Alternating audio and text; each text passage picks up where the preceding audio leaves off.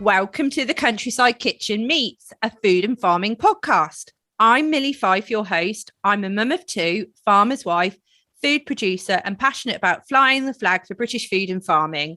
Today, I have Alexia Robinson, founder of Love British Food, with me. We'll talk to her shortly. Then I've got a few time-saving hacks when it comes to mealtime preparations, meaning you can juggle the children and cook a tasty, nutritious meal. Okay, so today I have a very special guest with me. I've known Alexia Robinson for nearly 10 years. I first came across Love British Food Fortnight during my year as chairman for the National Federation of Young Farmers Clubs. Alexia asked me if I would put together a reading to celebrate food and farming at a Harvest Festival celebrations at Westminster Abbey. Boy, was that an event. Reading in front of royalty, celebrities included Martin Clunes, Damien Lewis, and the Hairy Bikers. Even Richard and Judy were there. For nearly 20 years, Alexia has been flying the flag for British food and British producers, with the campaign gaining traction year on year.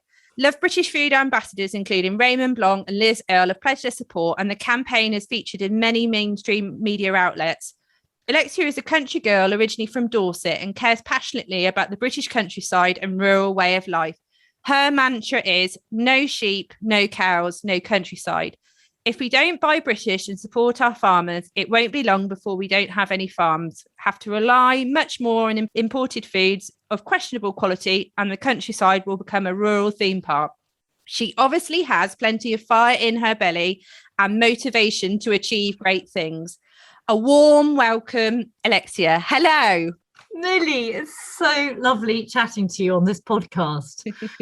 I can remember that year. It was 2013. Gosh, I can remember it. It was the first National Harvest Service to be held in Westminster Abbey for nearly half a century. And just me and one other girl organised it.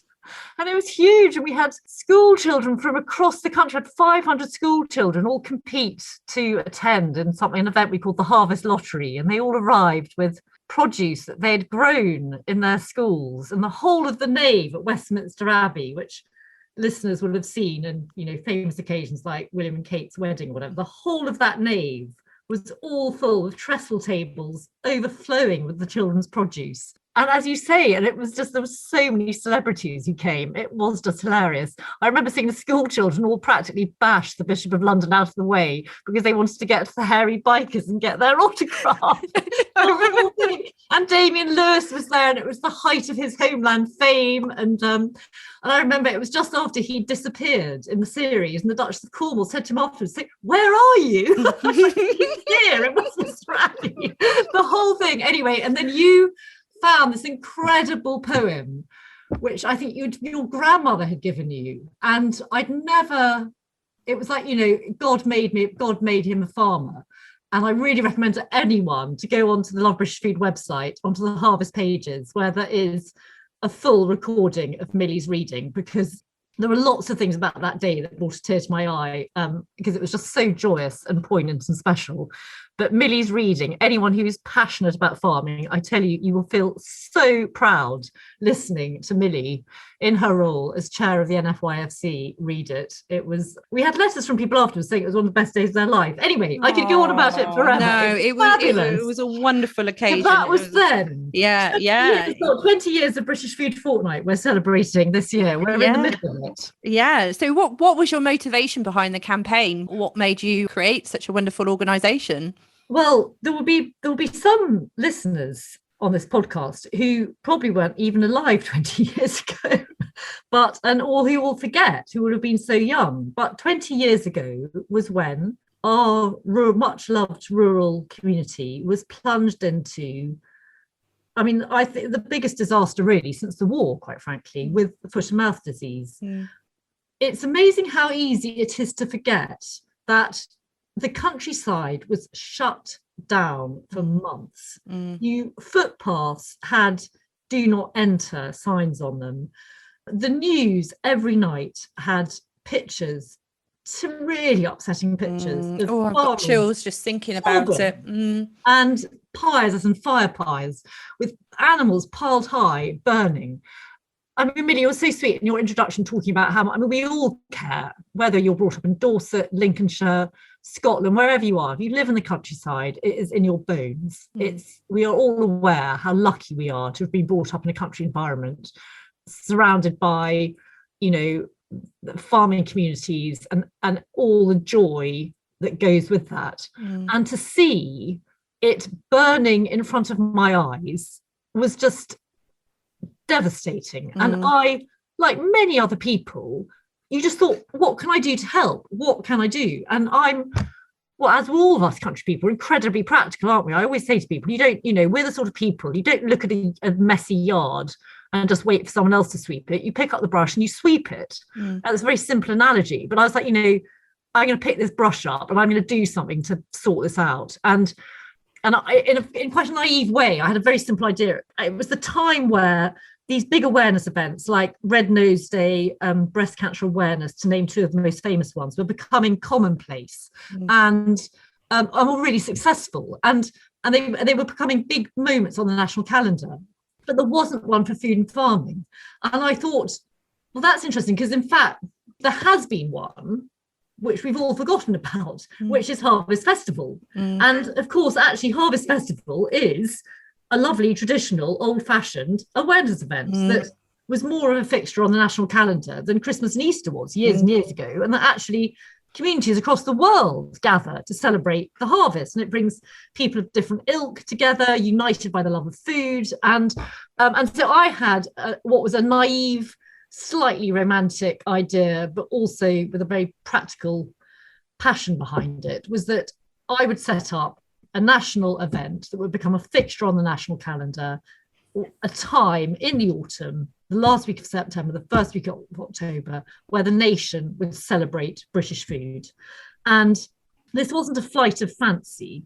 What I wanted to achieve very simply was, I felt, if we can show the farmers who are crying on television as their livestock are being burnt, if we can show them that we are encouraging the British public to buy British, to actively seek it out when they are shopping, when they are going to the pub and looking at a menu, if we can show the farmers that we are getting a swell of support amongst the public to buy British, to eat British, those farmers hopefully will dry their eyes and see that there is a domestic market for their produce. There is a future that is worth them continuing to invest in their farms, to develop their marketing, to develop their product, to develop an innovation, and leave a healthy farm with a future for the next generation and the generation after that. So that is what I wanted to achieve.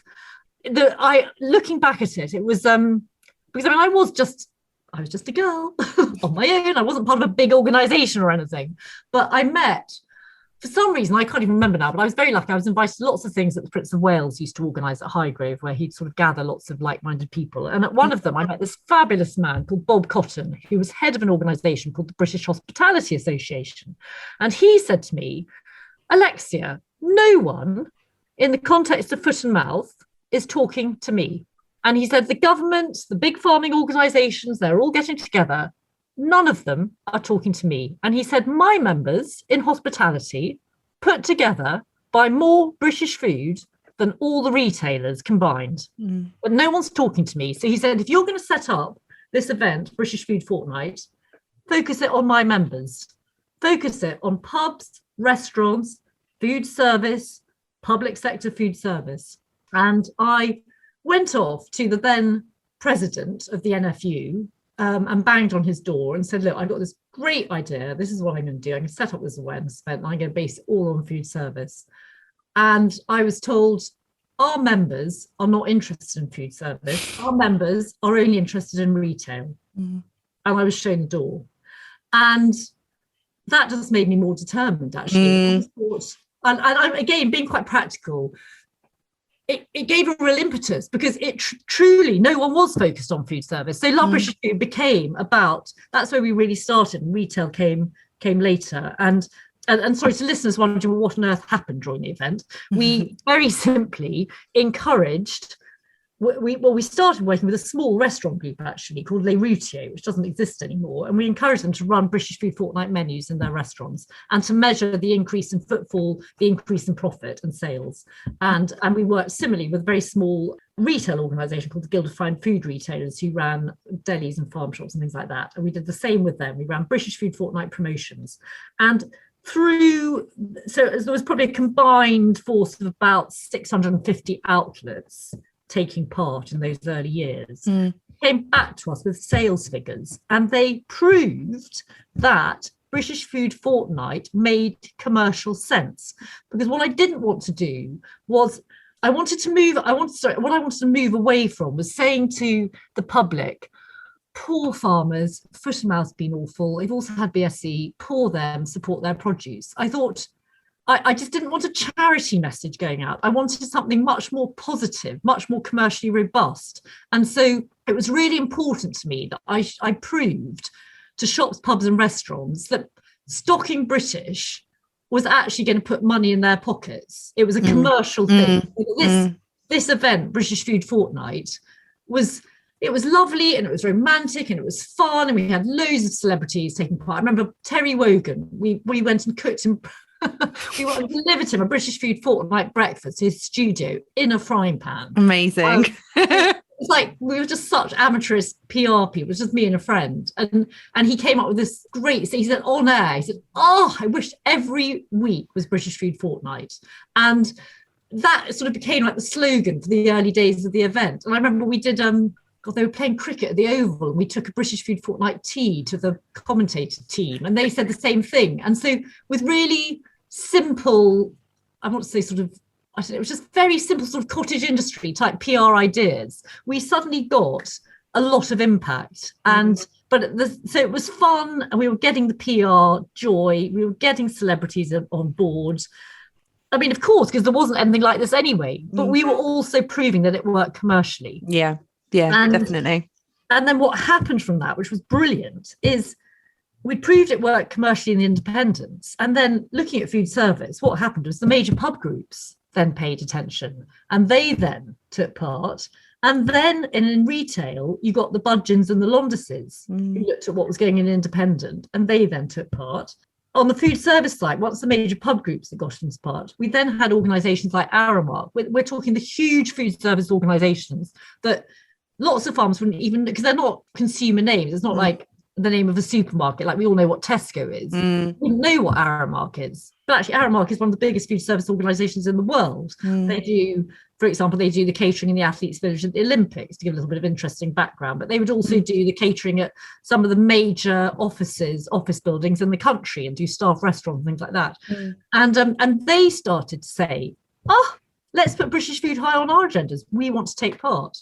And the same then happened in retail. So then having Budgeons and Londis taking part successfully, we then had Spars, Tesco, them getting involved. And at the same time, underpinning it all, there was, God, it's been rumbling on for ages, but people will remember how back then there was such a clamour to put teaching about food and cookery back on the national curriculum. I mean, because when I was at school about 300 years ago, there was, we all did home economics. In my case, not very well. So what we did with British Food Fortnight, as well as the retail activities, the food service activity, the fun stuff with celebrities like Terry Wogan and things, we set up an education programme where we teamed up with the Department for Education and the Department for Health, which is really interesting. Both signed up to the project. And I keep saying we, actually, it was just such a lie. Basically, I wrote a guide to teaching children about food within the national curriculum. And so rather than thinking we're going to campaign to get home economics or equivalent back on, we will show the teachers how within the existing curriculum, even if it's like in English or geography, you can include food education. And we produced this guide. So I produced this guide. I love seeing it. It's bright yellow. It's on our website. It's bright yellow. I love it. It's called Pushing the EU Back into Food. Both the Department of Education and the Department of Health endorsed it. The Prince of Wales wrote the foreword for the first edition. The Duchess of Cornwall has written the foreword for the later editions. And we sent out 35,000 copies to teachers around the country. And that gave birth to our school programme, which then became huge. very largely thanks, I have to say, to the Duchess of Cornwall, who is passionate about teaching young people how to cook and is incredibly knowledgeable about it as well, and who stood side by side with me. It was like a fairy godmother. And we had about, I don't know, 10 years of running incredible programs for children, making them excited about food, a lot of which culminated in that fabulous harvest service, Milly, that you spoke at. So yeah, it's been quite a 20 years. Yeah. Where do you find your energy? I mean, blimey, you've covered so much ground, Alexia, and you've achieved so much, and think you should be so proud of what you've achieved. Look, can I say, people like you and Rich, who I know you spoke to last month, and of course, friends who I've grown up with, have been the energy behind this. And actually, more recently, and this is very interesting, more recently, we've had a real cut at promoting British food in the public sector, which has always felt impenetrable, which is preposterous because the public sector buys £2.6 billion of food every year. And no one has thought about promoting British food. That, I mean, it should be, the NHS, for example, could be British farming's biggest customer. Anyway. So I've been working in the sector a lot, and what's been fun is I have actually formed what I would call really strong professional friendships with the people who are responsible for leading food in care homes, in the NHS, in local authority caterers who are responsible for schools and the care sector, prisons, others. I now sit on a group called the Public Sector Industry Catering Group, and they have actually become, they're really terrific people, actually. And through working with them, every one of them now has British food high on their agenda. Every single one of them wants to affect change in their sector. Brilliant. Which is probably the achievement I'm most proud of, actually. But so when you're saying what the energy is, they're really nice people, and they've become real sort of teammates, actually. We've all worked very closely together. But just on a human level, what I will say to anyone listening is you are kidding yourself if your energy is the same when you're in your early 50s as it is in your early 30s. It is not.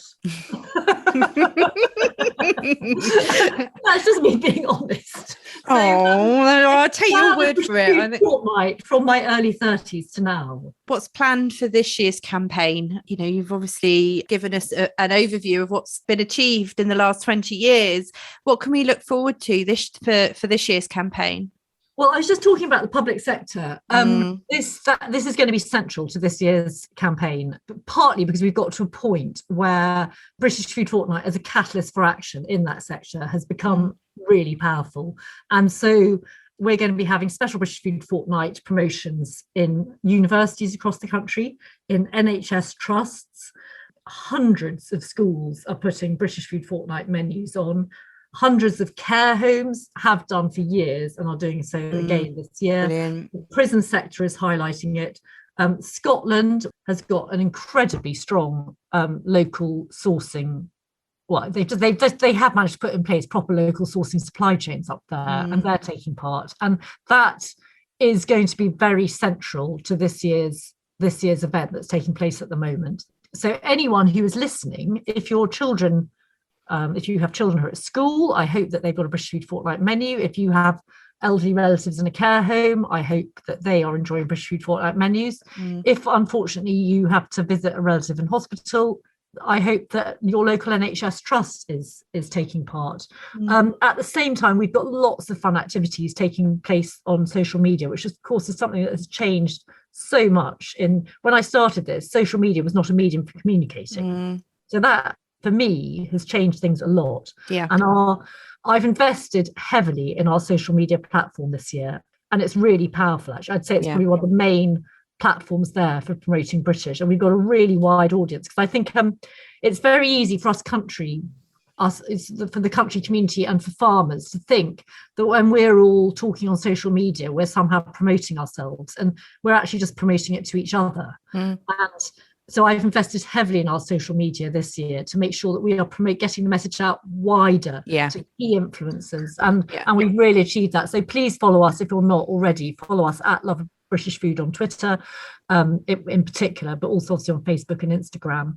And then really fun community activities.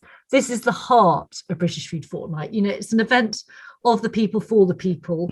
And over the years, we've had everyone from small villages like the village of Haslington in Cheshire to market towns like Emsworth to the cities of Peterborough and Bath all take part in British Food Fortnight and herald the food produced in their hinterlands, really. And there's also some great fun food festivals taking place across the country. So I hope everyone is within driving distance. My absolute favourite probably is the Ginger and Spice Festival in Shropshire, which is a celebration, obviously, of the gingerbread man and many other things. And the Tame Food Festival in Oxfordshire that has just grown so. Wow. During these 20 years, there have been so many other tremendous initiatives that I have seen grow and grow and grow. And, there are a lot of amazing people out there who've been very tenacious and have achieved a lot. And British Food Fortnight is not about me. It's not about, it's an umbrella under which I really invite everybody else to come in and use it to celebrate what they do themselves. It should be that's what I wanted to achieve, a broad church, so that the sum of the whole is greater than the parts, or whatever the phrase is.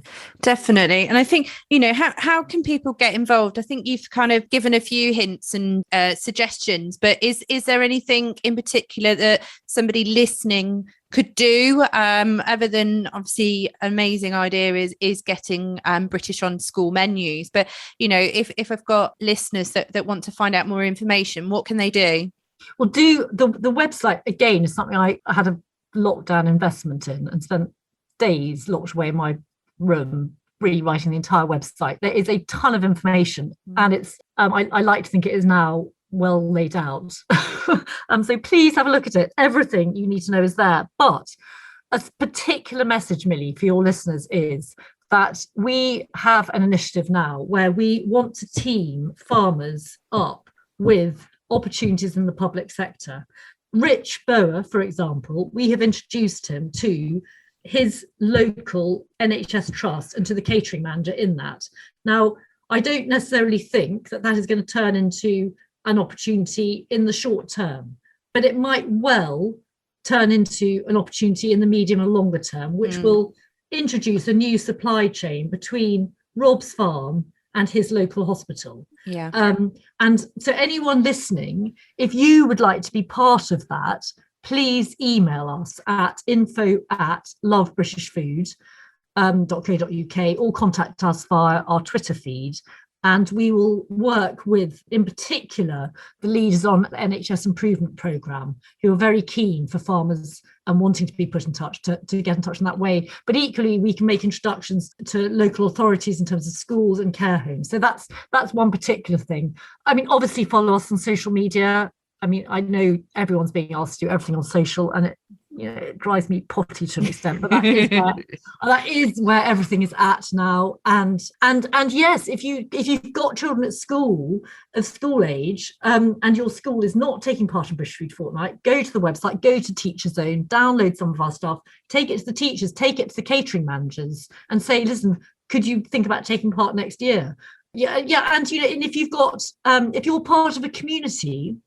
This conversation started. I love conversations that go around in full circle. So let's bring it full circle. Let's bring it back to the celebration of the harvest. Now, this isn't something that needs to take place in churches alone. This is something that I'm really keen goes out into the community. So wherever you are in the country, think about whether you could gather through local volunteer groups, community organisations, and have some form of celebration around the harvest. There was a terrific one a couple of years ago that took place in the centre of the city of Peterborough, where about 800 people gathered for a harvest lunch during the day in the central city square to celebrate British Food Fortnight. It doesn't have to be something as huge as that, but So there are lots of ideas. Yeah, fab. I remember a few years ago when I was working with RABI, we had an outdoor harvest service just in a field on a few straw bales, and we had a vicar that came and led the service, but we sang